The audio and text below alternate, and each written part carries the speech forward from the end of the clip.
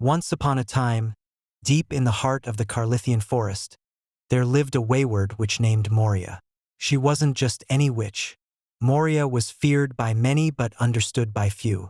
Her brothers were the only ones who had known her heart.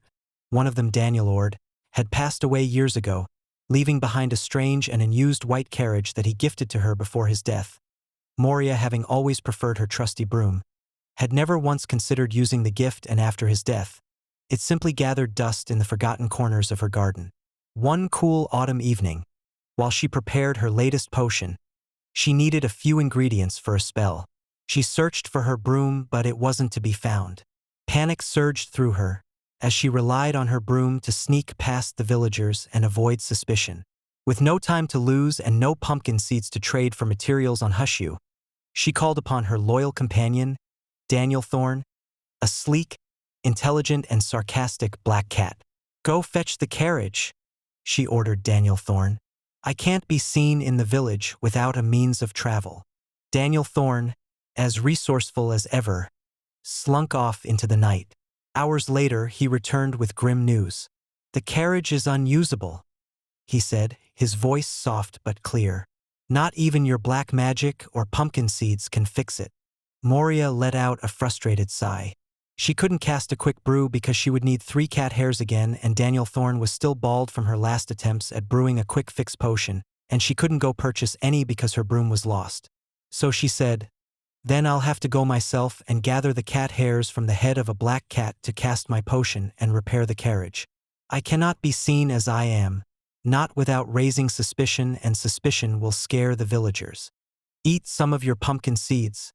They'll give you wings," Daniel Thorne said. "You fool, I don't need any wings. I just need to find my broom," Moria replied.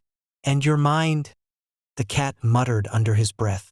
Thinking quickly, she summoned a being she had not called upon in years. Clever, a white raven with crippled claws but unmatched intelligence.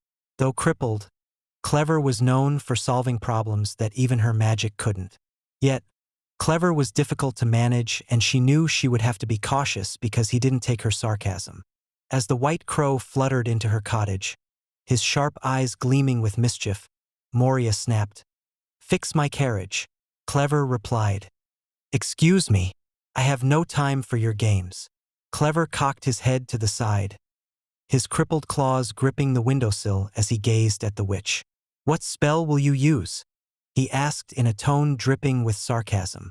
Moria, annoyed by the question, waved her hand dismissively. "I don't need to speak the spells. They're all up here," she said, tapping her head proudly, "and if I had my wand you would all listen to what I command. Because, yeah. With one flick you will turn us into?" the cat said. "What? Into what?" the witch asked. "We've heard it time and time again," Clever said. Daniel Thorne, observing the exchange from the shadows, rolled his eyes and whispered, "You really ought to say the words out loud." Clever let out a squawk of laughter. "You see, witch, that's why nothing ever works as it should. You keep your spells locked in your head, in the dungeon of your mind, and yet magic thrives in the spoken word." Her temper flared.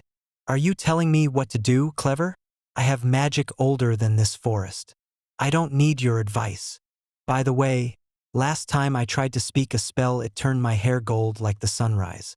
I fumble and trip over my words, and that's why I don't say them often." "Well, I noticed your hair is growing lighter," Clever mentioned. "Why? Is gold a bad color?" he asked. "Because I'm going for platinum hair, not gold," she stated. But Clever, unimpressed, hopped down and began inspecting the broken carriage. With a few pecks of his beak, he set to work, using the magic of his keen mind rather than any spoken spell. Hours passed, and Moria, though still irritated, marveled at his skill. By morning, the white carriage gleamed as if it were brand new, even better than it had been when Daniel Ord first gifted it to her. Moria, though grateful, refused to show it. "You did well," she muttered under her breath. "But it wasn't because of your words. It was my magic." Clever, ever the trickster, cawed and shook his head. "Believe what you wish, Moria. But remember this, magic isn't always in the silence. Sometimes, It's in the voices of those around you. She paid Clever with pumpkin seeds, a delicacy he enjoyed, but he knew if he wanted to make the most of it, he must plant the seeds instead of eating them. Then and only then, he could have an endless supply of seeds. And with that, Clever flew off, disappearing into the Carlithian forest. As Moria watched him go, Daniel Thorne curled up at her feet and purred. You may not speak your spells, but at least listen to the ones others cast for you. Moria, for once, said nothing. She climbed into the carriage, her mind whirling with thoughts of Clever's words, and set off toward the village for her supplies. The witch had always thought of herself as the clever one, but in that moment, she realized wisdom sometimes came from unexpected places, even from crippled crows and talking cats, but sadly it didn't matter to her. And so, the white carriage rolled on, gleaming in the light of the rising sun that matched her hair, as Moria's journey continued for her ever-needful search of ingredients. Because no one was friends with a witch and it was hard for her to get anyone to help her. And so this time, she traveled not just as a witch, but perhaps as something more, learning the lesson to keep your friends close but your enemies closer. Because you just don't know when you'll need them.